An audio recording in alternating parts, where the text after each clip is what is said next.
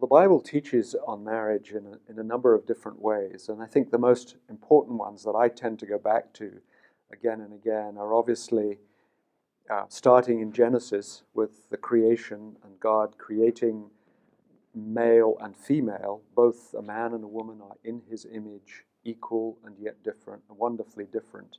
And yet there's a lot of commonality. We are all human beings, we're all made in the image of God. But somehow there's a deep complementarity in the male-female relationship. So he says, a man shall leave his father and mother. And I think this is a critical thing, as when we get married, we leave our family of origin. We don't abandon them completely, but our whole new primary relationship is now the marriage. This is the new family unit. This is our first allegiance. And when he says, leave, cleave, and become one flesh, the one flesh is not just about sex, although that's part of it. It is now you are this is your primary allegiance in terms of this relationship is more important than your blood-flesh relationship now.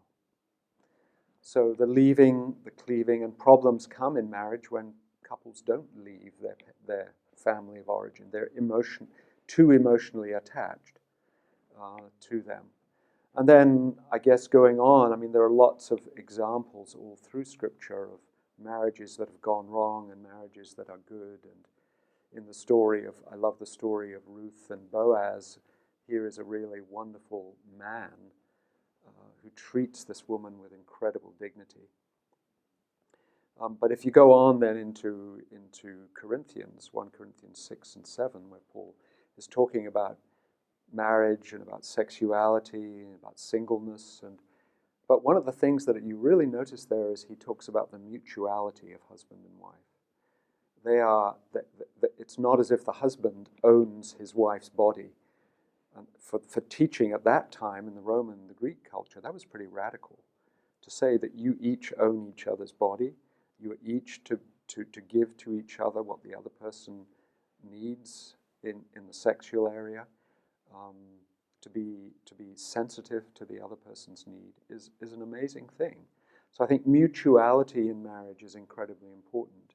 And then in Ephesians 5, where he talks again about marriage in the context of what love means, he talks about the wife, each Christian, all Christians to submit to one another.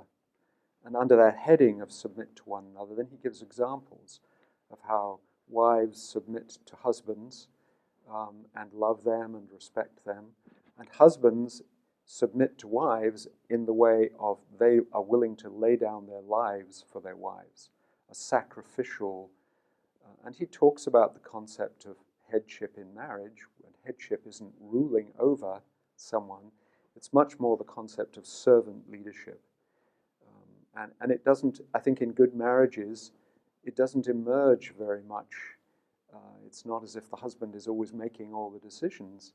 It's much more that he, before God, has the final responsibility, I think, for what happens in the marriage and with the family. But he is called to be prepared to die for his wife, to seek for her flourishing, to create an environment where each husband and wife, to create an environment where each of them can flourish. So those are some of the main teachings that I would turn to in Scripture.